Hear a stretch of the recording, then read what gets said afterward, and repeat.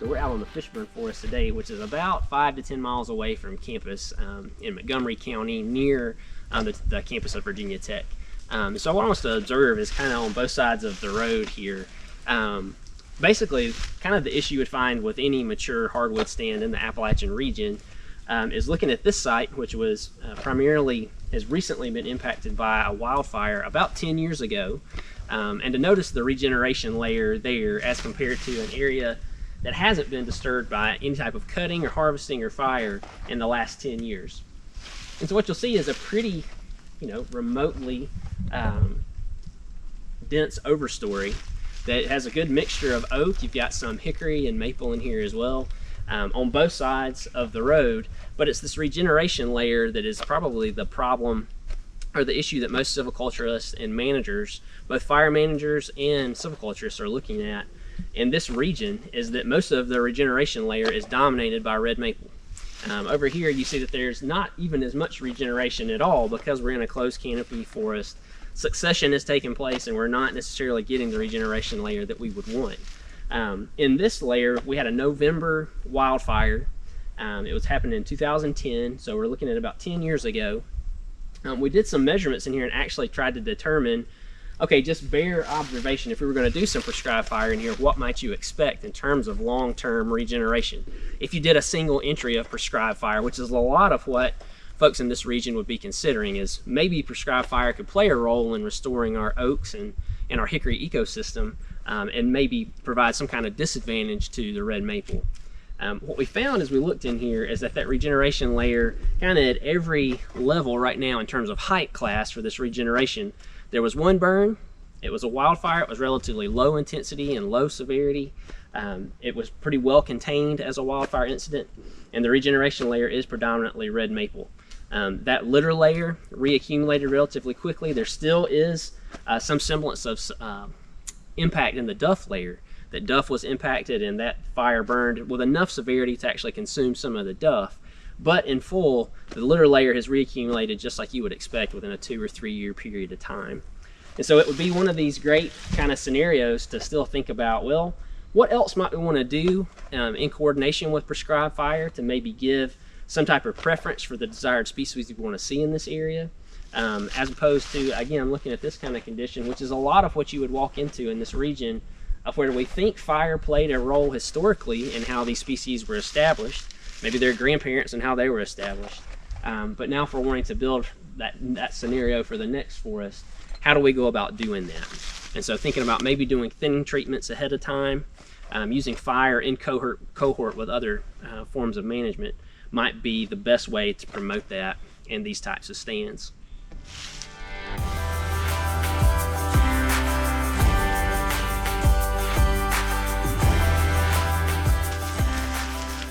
So one thing we're going to consider pretty much universally, whichever region you're in and what particular stand that you're looking at, is the composition of the fuels that you have. So we have the luxury of being out on a beautiful fall day today. You can see all the freshly fallen leaves. We've even got an eastern box turtle over here that's learning about fuels today.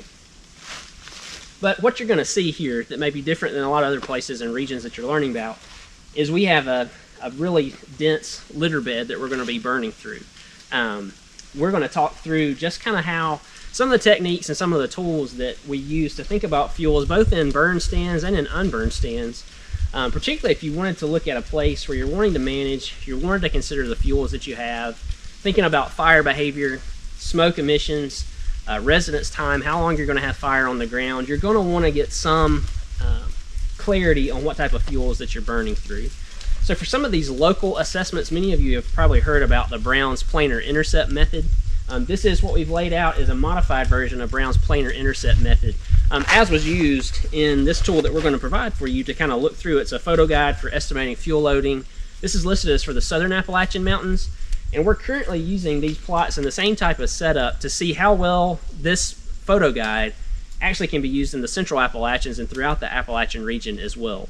But there are plenty of photo guides that you can use to kind of get an estimate of the fuels that you have. This one was really set up as the basis for it is differences in aspect and elevation. So along the Appalachian region, if you happen to know the aspect and the elevation you're at, You basically go through the guide in that section at the aspect and elevation that you're located at, and then you flip through there and just find the photo that most closely fits the setting that you're working in. So we did use Brown's planar intercept to come up with estimates of coarse-woody debris in here, litter depth, duff depth, and fuel bed height. So I kind of wanted to walk you through. This is a pretty labor-intensive way to look at fuels and to get a crew to go out into specific locations and do these measurements. It may not be something, one, that you have the time to do, and two, maybe that you can afford to do. But also just kind of thinking through how this method was used. If you use this guide as a tool, thinking through the pros and cons of using it, what it's going to give you and what it might not give you. But as a technique, this was developed in the 1970s, primarily in western forests, to look at coarse-woody debris loading. So already a limitation that you might focus on in this region is, well, we do have coarse-woody debris. You can see that in here. Again, this is an unmanaged area, probably hasn't been affected by major disturbance in some time. So looking at the fuels that we have, yes, I'm concerned with the coarse-woody debris, but if I were to think about a wildfire ignition or a prescribed fire ignition in here, the main thing that I'm thinking about is that litter load, both in the time of year that I do the prescribed burn, the amount of that material that's going to be consumed, the type of intensity and the type of severity that's going to generate when I use a backing fire, use a head fire, use a strip head fire technique. I'm going to think through the fuels that I have here. So to briefly kind of talk about this, we would think about on these, what we've laid out here are 50-foot transects. They are aligned at a 45-degree angle. So literally to set up the plot, we use the second hand of our watch. So when we get to a plot, you're going to randomize the direction that you might do this in.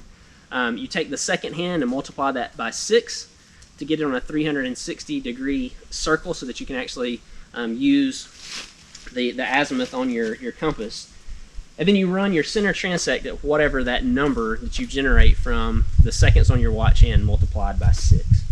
From there, along this center transect, you're then going to add 22 degrees and subtract 23 degrees to form a 45-degree angle. And along these 350-foot lines, you then actually go through and count the coarse-woody debris that you find underneath these lines. So in doing that, your 1 hour fuels, anything that is 0 to 1/4 inches in diameter, you're going to count those within the first 6 feet of each line. If you go into your 10-hour fuels, which is 1/4 inch in diameter to 1 inch in diameter, you also do those within the first 6 feet of the line. When you get to 100-hour fuels, which would be 1/4 inch, 1 to 3 inches would be your 100-hour fuels. You end up counting those for 12 feet along these lines. And then your 1,000-hour fuels that are greater than 3 inches in diameter, you count along the whole 50-foot transect. So one thing that we do, kind of the way that I was taught actually how to do this, the logical reason to do this I think will make sense as I explain it, but we actually, in the first 50 feet, you do the middle transect. It's counting 6 feet and then the 12 feet all the way to the 50, starting at the origin point here. For the two lines on the right and the left, you actually start from the back to the front, so the first 6 feet actually starts from the back. The reason we would do that, and one of the reasons I selected this spot, is you can see that we're right here. We're going to count this 1,000-hour fuel. We're going to end up counting it 3 times on the 3 transects that we have. We probably want to minimize that as we count the 1, 10, and 100-hour coarse-woody debris. That's why we go ahead and start those lines. There's a very rare situation where you might find a 1, a 10, or 100-hour fuel that's going to stretch all the way across all 3 of those transects. So that's why we shift where we start those lines. We've also got this laid out in a 44 by 50-foot rectangular plot if you wanted to actually get basal area in here, maybe come up with some estimate also of other fuels, such as if we had a lot of vaccinium or any kind of, think about in the coastal plain, if you had inkberry or gallberry, a lot of live vegetation you were going to be burning as well into understory. One thing that we do in here as well is to classify the fuel bed. So in the first 12 feet, I stop along between 12 and 13 feet and take a measurement of litter, duff, and the fuel bed height. So in terms of distinguishing that litter from duff, it kind of all becomes a differences that are based on the eye of the beholder to determine between litter and duff. To kind of think about it the way that I do is in stopping in an area, that litter layer quite literally, is going to be when you can stop and see that I can still identify the species of leaf litter that I'm looking at. That technically then still counts as that litter estimate. To get it duff, we then kind of you dig a little bit lower, and it begins to become a little bit harder to identify, what species that you're looking at. Digging on down into the next layer, kind of below that, there's kind of two specific levels in a soil horizon that make that duff. And so we're thinking about that material that's been sitting there for longer than maybe a year or two. You begin to lose that identification of the species. You go a little bit further, and it's still fluffy, and you're not really accumulating a lot of sand, silt, and clay in that layer. So as you can imagine, if I were to measure litter depth right now, we'd have a substantial amount of litter, because we're in the season of year when the litter is falling. So that's one potential consideration when you're trying to maybe use this technique in your own forests. Most of the photos that are in the guide are in the dormant season, and the reason we did that is because a lot of prescribed fires are conducted in the dormant season in this region, so we wanted to provide you with photos that actually look like the forest and the representation of what you're going to be burning through. Most of the photos were also done between January and March, and so there had been a month or two where the initial layer of those leaves, some of the aeration is going to have settled in those, and they're going to be a little bit more compact, not completely compact, but they'll definitely be a little bit less fluffy, if you kind of want to think about it that way. Currently, it only has the depth of the litter and duff, and so we assume that there aren't really any great equations that can be used to take the depth and then to approximate the mass from that. So one thing that we've always done is to supplement this technique, and again, based on the limitations that you may have in your region or how specific you want to be about the fuels, going out into an area kind of along with the Brown's transects, bringing a sampling frame of a known size to basically approximate an area, and then you can actually you can destructively sample the litter and duff. So within that area, bring that fuel material back, get an up and dry weight of it, then scale that to tons per acre, megagrams per hectare, whichever software program you might be using to maybe approximate fire behavior or emissions. You could have estimates of real-time litter and duff loads in a given area. Some of our fuel modeling programs will have options where those are preloaded. So this would be very specific when you're kind of considering ignition times, smoke emissions, duration of smoke, and things of that nature. Maybe even when you get into more specific fire effects. So that's kind of thinking about the Brown's transect technique. Again, very, very specific to coarse woody debris, at least in this southern Appalachian fuel photo guide that we have. Once you get the tallies of an individual plot where you've done the planar transects, you're going to then use an equation to approximate the total amount of coarse woody debris and coarse woody fuel loading in a given area. And that equation is listed. I certainly don't want to explain it to you while we're out in the woods, but that is listed in the actual photo guide. And the data sheet we're going to provide for you to actually see how you would tally these fuels along these transects as well. Maybe as an exercise to begin to approximate general fuel loading in an area based on the tallies themselves. So as I said, very much that method geared towards coarse woody debris, not as specific about litter and duff loading and some of the fuels that you may really want to consider in the total amount that's there for tons per acre of litter and duff. If we were to shift this to a Western context, and maybe many of you have already been introduced to this, another sampling method that's used kind of in line with this, but also to possibly make things go a little bit quicker. This takes, this setup that I've put together, I've done thousands of these, so I tend to do them pretty quickly. As you're training a new crew to do that, or you're out there doing them yourselves, it can be labor intensive, right? We put this particularly on flat ground so we could see it for the image, but you also have these when you put them in on 20% slope and 30% slope, and you're trying to also maybe look at ericaceous fuels like rhododendron and mount laurel. You're trying to get an area of coverage of those as well, how much percent cover they have based on those shrub classes. To kind of a converse method to that is a photo load technique that Robert Keene and several others had developed out west. And basically the premise with that, the reason I brought a meter square frame with me, is that you can make these meter square frames where they're not static. You haven't put any glue on them. The frame is not rigid. You just bring individual meter pieces of PVC plastic and four corners together and basically set up a grid where you want to individually sample different size classes of fuels. So you could certainly do it with litter or with needles. You could do it with 1, 10, 100 hour fuels. 1,000 hour fuels, basically they have another photo guide that's set up to basically show within a given area what it might look like on the ground to see different sizes of larger coarse woody debris, such as our 1,000 or even our 10,000 hour fuels, that are greater than 8 inches in diameter, what that would look like to see them on the ground. So that's just another technique and another method. Again, some of these modeling programs can do this for you, of thinking which fuel model best fits the area you're going to burn in. This is kind of taking it a step back and say, well, where do those estimates come from? And sometimes maybe in your thought process and looking at burn units of your own, you may think that either those load estimates are too low or they're too high, or alternatively, you may not know exactly what you have on your forest. And so these are some of the techniques and some of the research that's going into specifically looking at fuels in a very general area. I will say one thing we're doing research-wise, including at Virginia Tech and at Penn State and Mississippi State and other places in the eastern region, is really beginning to take these litter layers apart. Because some of the things we're learning is, yes, the total amount that's litter there really equates with the type of burn that you're going to get. But actually the different species that are there in terms of litter could be fire modifiers. They could burn really, really well and be really flammable. Alternatively, they could be really less flammable, more prone to decomposition. You know, some of our more mesophytic species like red maple and the yellow poplars, they lay flat on the ground, they hold more moisture, they don't tend to ignite as easily, they tend to decompose a little bit faster, and so they don't really carry fire as well as we would want. So that really makes it problematic in a forest like this, where we might be wanting to reduce red maple long term. We come in and we say, well, fire should be a part of this equation to affect red maple. Then we try to burn through red maple litter, and it becomes somewhat problematic in that we don't always get the fire behavior that we would want, really because that fuel layer, the litter layer that's there, is not really conducive to the type of fire we want to create.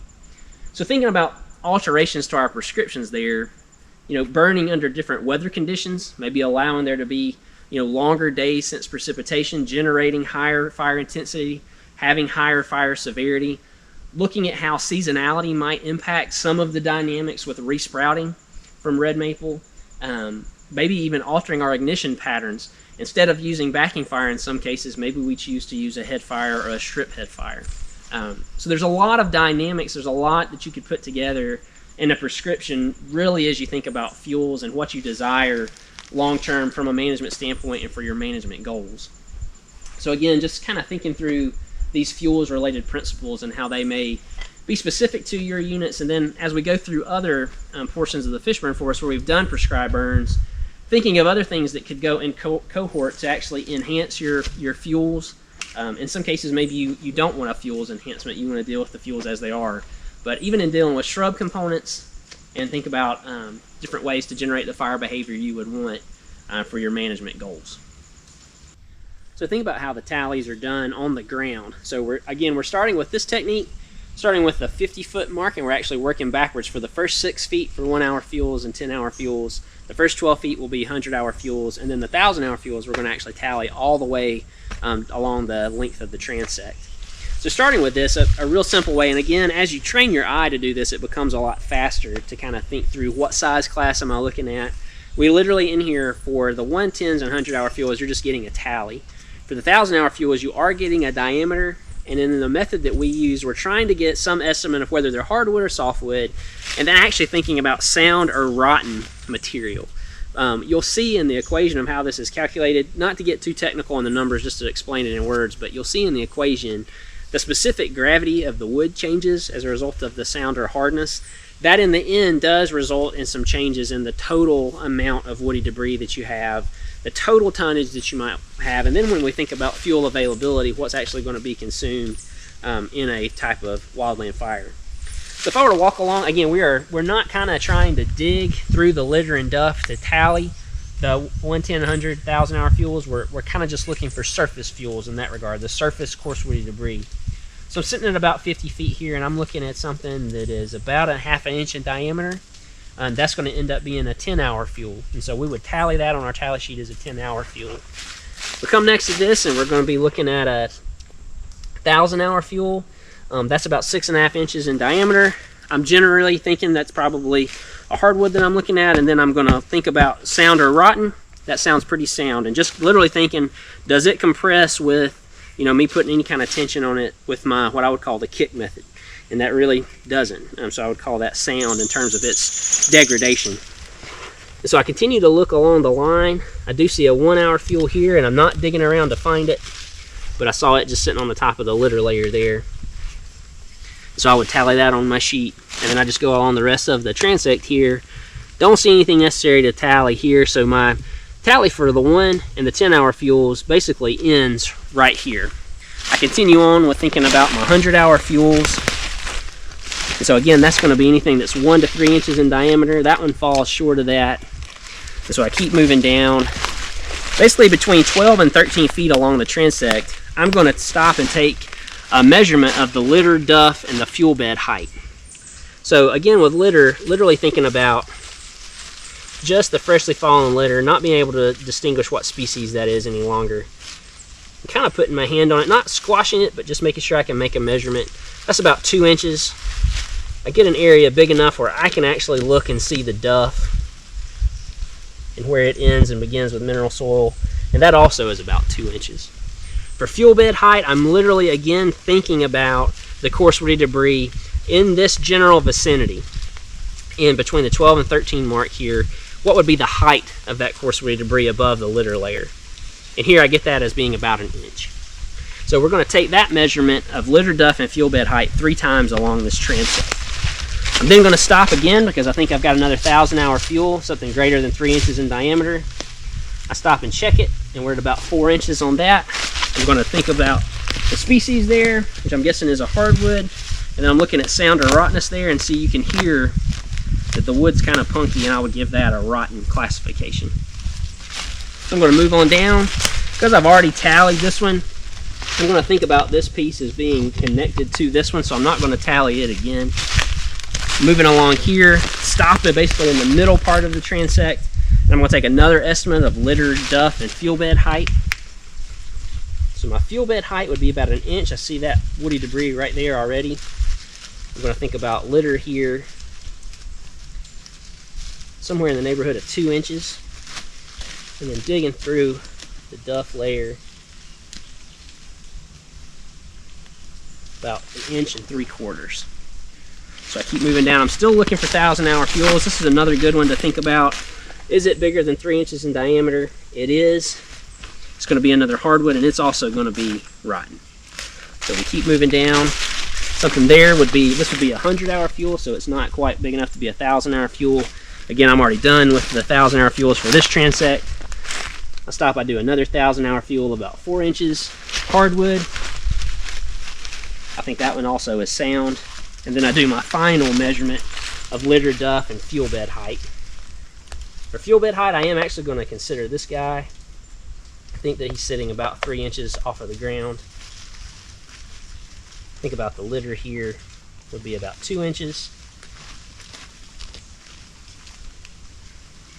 And the duff also at about 2 inches.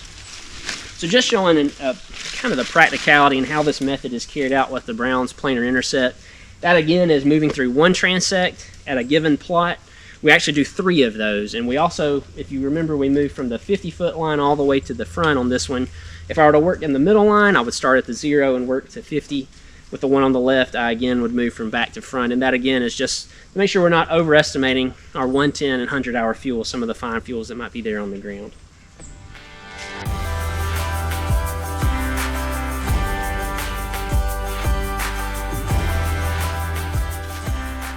Alright, so we're on a different portion of the Fishburn Forest now, more on a western-facing slope. And so we've thought about this as a potential burn unit for a couple of reasons. One, for the Table Mountain pines that are located here. That one is about 19 inches in diameter. Pretty big tree, lovely to look at. In terms of its placement on this site, we would tend to think that historically Table Mountain and pitch pine had had a pretty good role in the Appalachians on some of these western-facing drier slopes in cohort with oak and other what we think of as fire-adapted or fire-tolerant species. One of the goals of one of the research projects we've been working on is thinking about how we would do prescribed fire in here, hopefully to promote, both the oak and the Table Mountain pine regeneration long term. This may be a similar thing you would face in other regions that you're in, and even if you're in the Appalachian region, how would you go about thinking about burning a unit like this? And maybe we can just start with thinking through the fuels that you have here. So one of the components that we have is, of course, a heavy litter bed that we would be dealing with.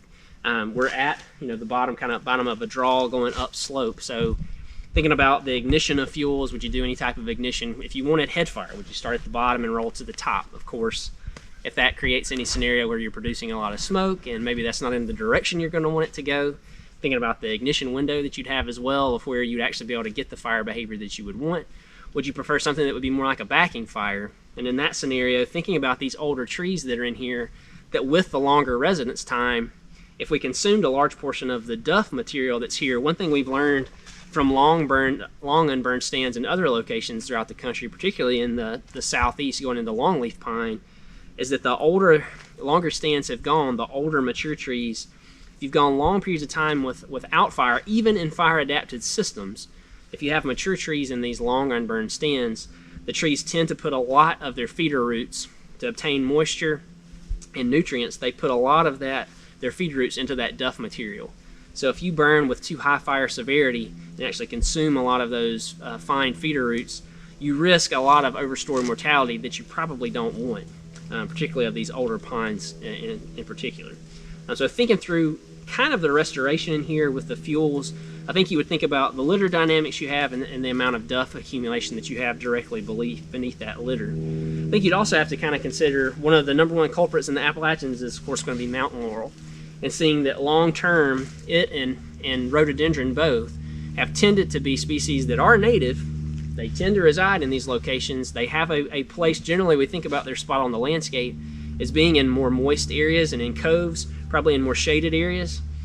If you look throughout the Appalachians and throughout the east now, mountain laurel has expanded its range. It's also expanded in size, and so you have these really big, dense canopies that kind of work twofold with fire behavior. One, often they don't tend to burn at all because they have such dense canopies. They have, they are evergreen, but they do produce some amount of litter, and all the litter that goes underneath them tends to be cast right below them in their drip line. And so they hold moisture around there. You might even think that they might not burn. The issue becomes when it does become dry conditions like you would consider in a wildfire, the contents of their leaves, from what we understand at this point, we're actually doing some experiments now to understand what are the waxes and the compounds in mountain laurel leaves. Do those change in the seasons? Do they change with size? Do they change with sun exposure? But what we do kind of know at this point is they tend to be more waxy, and that tends to lead to more explosive fire behavior and kind of this ladder fuel effect that you would expect in dry conditions where wildfires would be a concern in this region. And so you have to kind of temper your expectations of how you're going to deal with mountain laurel in here as well. One consideration that we haven't done prescribed burning in here yet is we haven't really done anything to affect the mountain laurel prior to ignition.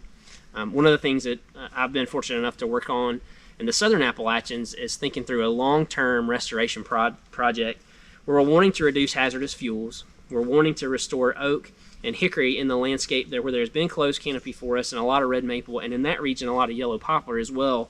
Kind of in cohort, the oaks are not doing as well.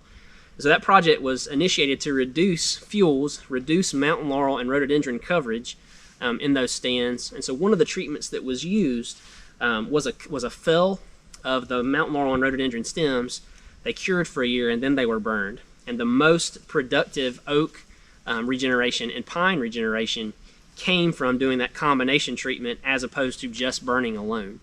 And I think that's one of the considerations in here is we may not just be thinking about this area where we would use prescribed fire. We're doing it for restoration purposes and fuel reduction purposes kind of in cohort. We want to restore a frequent fire regime in locations like this. Well, how do you do that? And I think really the place to start, and maybe it's my biased opinion because I really do a lot of research on fuels, but I think you start with the fuels on this, and you've got to really promote the fuel bed that you would want to generate the desired fire behavior you would want long term. For also opening this stand up for wildlife habitat as well would be a really great consideration. And we're learning more and more in these kind of areas where you'd have active drainage to a watershed. We've learned more on the coastal plain for sure that prescribed burning actually enhances water quality and enhances water treatability, that if not only is the quality better inherently when it enters surface waters to treat that water so that we can use it for human consumption, it actually is more efficient when you've used prescribed burning. That treatment process is more efficient, and the cost is actually less. So common scenario that you'd find in some of these more southern and western facing slopes of where I think you have a complex issue of also, one thing I haven't mentioned yet is also the denser stand with some species that are less desired in here as well. So maybe thinking about doing some type of thinning treatment before fire is done, doing something to reduce the coverage of the shrubs, at least initially, to where you're using that as a more tolerant way of addressing any potential ladder fuels or any aggressive fire behavior that you wouldn't desire, trying to restore maybe some of this pitch pine, Table Mountain, upland pine area in the Appalachians. More work is going into that as we're learning that these areas tended to have fire regimes that were frequent in fire basically at 20 years or less across our Appalachian systems. And as a cohort, the pine system, the upland pine system, is a threatened endangered community group together. And if we walk this ridge together, you see that pitch pine is prevalent in here as well, and a good sampling of Table Mountain pine. Probably here because there's a railroad that was established many years ago, and some of the fire activity that probably was generated from that, the installation and the maintenance of that, probably led to some of the promotion of this species. One consideration for Table Mountain that would be similar to other species throughout the U.S. is thinking about its fire regime. So what really allows it to be here long term? It was commonly thought that because it has serotinous cones that only release seed when there's enough heat to actually release the resin from the cones, those serotinous cones would only release seed when they were intensively heated. The seeds generally tend to germinate best, is what the common thought was, what they tend to regenerate best and germinate if there's bare mineral soil. So that would lead one to think that there's probably high fire intensity and high fire severity to create that combination of more of a crown fire, maybe a stand replacement fire, even to get it to reestablish itself. Table Mountain can actually do some regeneration with some duff accumulation. It can actually do pretty well with that. And we've got a wildfire location that's about an hour south of here where we saw that with a May wildfire, and we actively have Table Mountain pine regenerating there, and there's still about 2 inches of duff on the site that were left over. So I think there's a little bit of maybe it's fire frequency more than it was fire intensity that was related to some of the dynamics with Table Mountain. And if you wanted to establish a frequent fire regime in there to actually promote any type of seedlings that are regenerating from moving up into the overstory, it could be using frequent fire as opposed to less frequent, more intense fires. You could actually have low intensity burns that could maintain it long term. So we're doing some research on that as well. But again, just thinking through the whole complex of fuels, the fire regime you're wanting to establish in this type of area.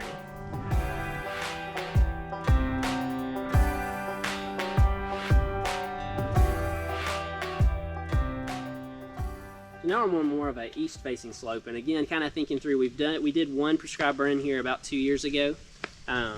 Again, dormant season ignition. Thinking about in here, there is some regeneration here, but it's predominantly red maple. So we're thinking about maybe killing some of the red maple with single ignitions, seeing if they resprout, seeing kind of what dynamics we would get. Fuel consumption that we might expect. This is a pretty steep unit, so one consideration here with our fuel is, I'll give you a point of consideration, is we actually had to fell a larger stem or two because we thought they would probably be hazard trees. So if they caught on fire during the burn, we thought they may fall over and actually injure someone. So the Virginia Department of Forestry, they felled those trees, we had them laying on the ground, and we did notice those trees were down on the ground, and as we had burned we had two ignitions kind of going on here, a little bit of burning from the top to kind of form a containment line, then we actually burned from the bottom as more of a head fire, and the wind did shift as we were burning. It actually took on some flanking behavior as well, but some of these larger logs actually impeded fire moving up slope. So one of the considerations, and I think you all as fire managers and as silviculturists would understand, just because fuel is on the ground, particularly some of our coarse woody debris, just because it's present doesn't mean it's available to burn. And so really taking into consideration fuel moistures on the day of the burn, days preceding that you burn, days since precipitation, and some of those dynamics, we were really concerned that we might get more intense fire behavior in here than we desired. But as you can kind of see, we don't really have a lot of high fire intensity and higher fire severity here. Kind of just scuffing through here. I mean, you've got reaccumulation of the litter layer after 1 to 2 years of litter fall. And in most cases, this duff layer that I'm kind of pointing to here wasn't even ignited as part of the burn. So kind of lower intensity, lower severity, not really affecting the regeneration layer at all at this point with just one single ignition. Hoping again that part of our original intent in here was to actually see if we could do some cutting ahead of time before we did the burns, and just in the scope of a graduate student project, we elected just to say, hey, let's continue to build some of this case of what actually happens when you do one ignition, and to see how that affects fuel consumption and regeneration dynamics. And as you might expect, we really haven't done much with the single entry burn. You can see the litter is reaccumulated, and in some cases we have new fuels that are down, coarse-woody debris that are down since the burn. But you can even see that some of the coarse-woody debris was scorched but not completely consumed, and that would be including the 10, 100, and 1,000-hour class. We're not really consuming a lot of those as part of this particular burn.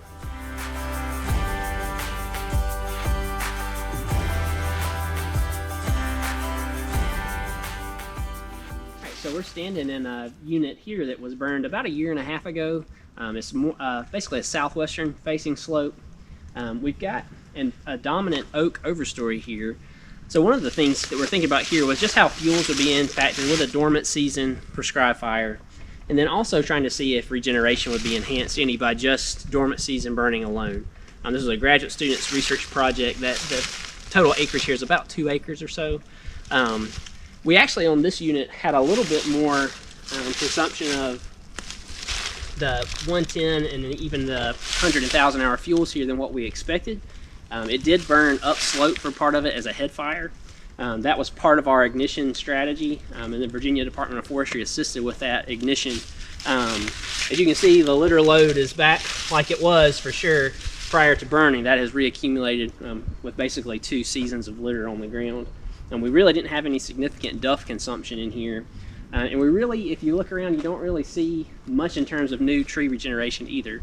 I think there are a few white pines in here that were targeted and have died since the burn, but really not major impacts on the regeneration layer itself. And I think that goes in cohort with even on these drier facing slopes where oak you think would have maybe some possibility to have a leg up in terms of its regeneration potential. We haven't really targeted that, I think, with some of the light dynamics in opening up the forest, the overstory, casting more sunlight on the forest floor so that there could be better opportunities to regenerate the oak that we would desire in here. And that kind of does go in cohort with a lot of things we're learning in the region with just single prescribed fires. It takes more than one burn to accomplish the goals. That would go from enhancement of wildlife habitat to the control of undesired vegetation. And then also, if you're wanting to reduce hazardous fuels long term, of course the fuels do reaccumulate. And so with some of our ignitions, like you might would think of in this time of year in the fall, where you have a lot of new litter that's been cast, thinking about our wildfire seasons in the east, tend to be in this period of autumn where things do tend to dry out. We do have this fresh new litter bed there. We can get these periods where we get really dry fuel beds, and then we have a lot of ignitions in that period of time.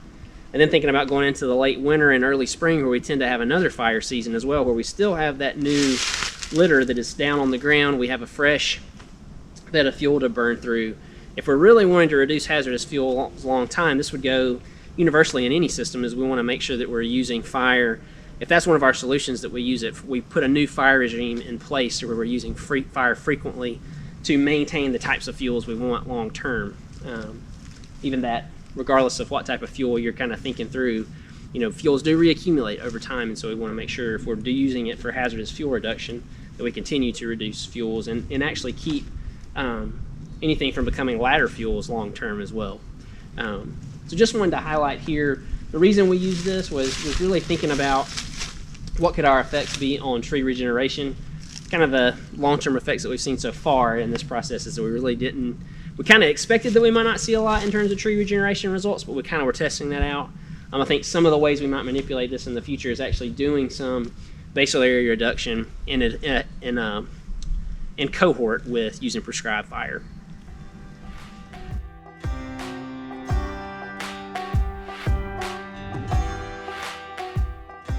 So what we got here is a wildlife clearing that's about 11 acres in size at the kind of the top of our school forest. It was originally planted in grasses some years ago, and the idea was to try and cultivate just different composition here for wildlife. And so we did a burn here in late November 2 years ago. The idea was to maintain the grasses and also to work on some invasive species like autumn olive and to try and see if prescribed fire would control that. The intent is to continue burning on a repeated fashion but we kind of have sequenced this. The eastern facing unit that I just showed a little bit ago, we actually went to that unit that morning in late November 2 years ago, and we were going to burn that morning. Well, the fuel seemed too wet. We came by here about 2 hours later and thought these fuels are perfect to go ahead and do our burn. So we created kind of 3 separate ignitions. We can actually look at the boundaries that we've created here. Just using a leaf blower on one side of this was one of the containment lines, and using a bulldozer on the other side we used to create our lines. We got all this prepped, the 11 acres, in about 2 hours, and it was ready to burn because we already do have an established trail here, and there was some knowledge of burning in this area because it has been burned previously. So kind of thinking in here, the type of fuels that you have might lead to higher fire intensity for sure. You have taller grasses that might get consumed in burning. We actually use spot ignition along this road to kind of draw the fire in from 2 different angles and allow the smoke to go straight up. That was generally what we wanted to do, just based on the location of this unit, not to promote any smoke going into the town of Blacksburg. We called local fire department. Actually called the airport that day too, because we knew from the higher elevation that we were at, people were going to see what was going on. So we made plenty of phone calls, and the Virginia Department of Forestry orchestrated the ignition with us. I think we used 8 undergraduate students on this as well. So you see some mortality of some of the invasive species that we were hoping to kind of control. You'll be able to see this throughout the unit, and there's actually at the end of the unit some pitch pines that we can talk about fire behavior that we saw with those.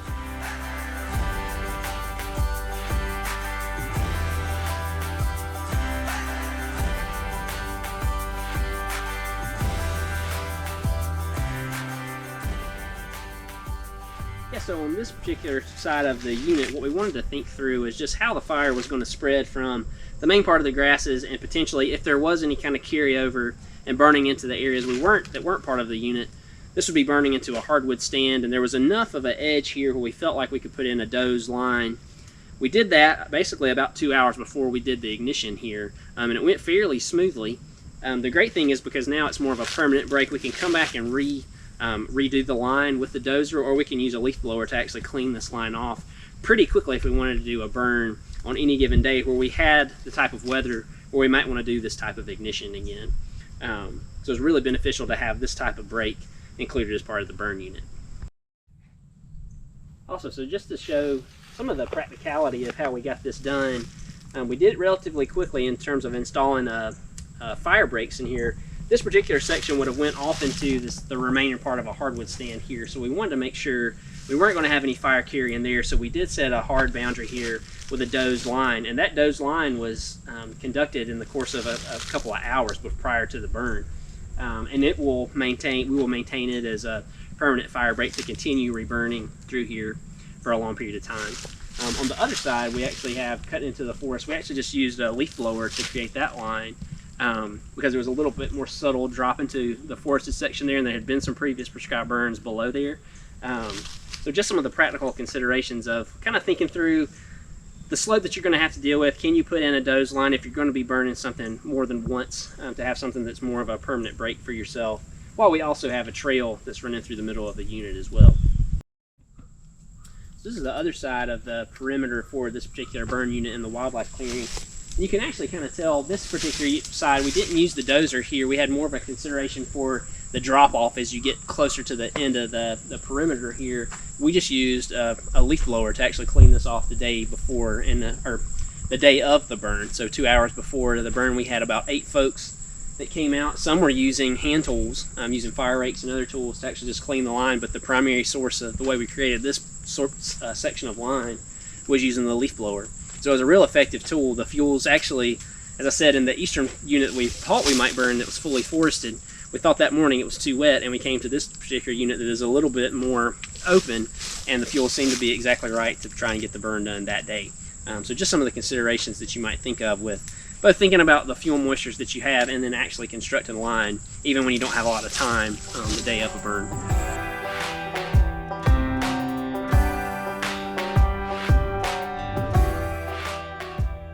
We're at the bottom edge of the wildlife clearing, and just thinking through, there was more than grass that was in here.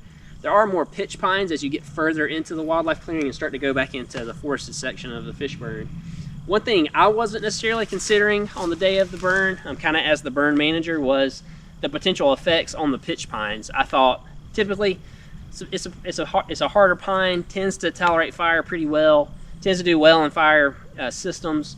But the one thing in thinking through what the day and the time that we burned, it was in November 2 years ago.